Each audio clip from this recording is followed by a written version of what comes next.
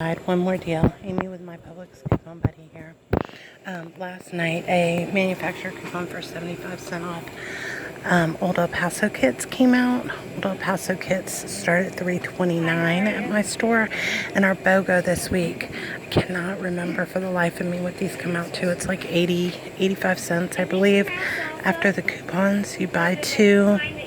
Use 2 of the printable coupon, which I'll put the link to above or below this video, depending on where you're watching it, and pay. It's under $1. I believe it's 80-something cents. I should have figured it out before I started the video. So I am buying these to go with my chicken that I just picked up with my Target competitor coupon.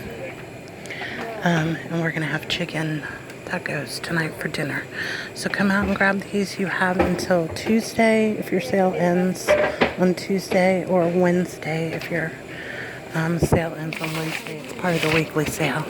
Happy couponing.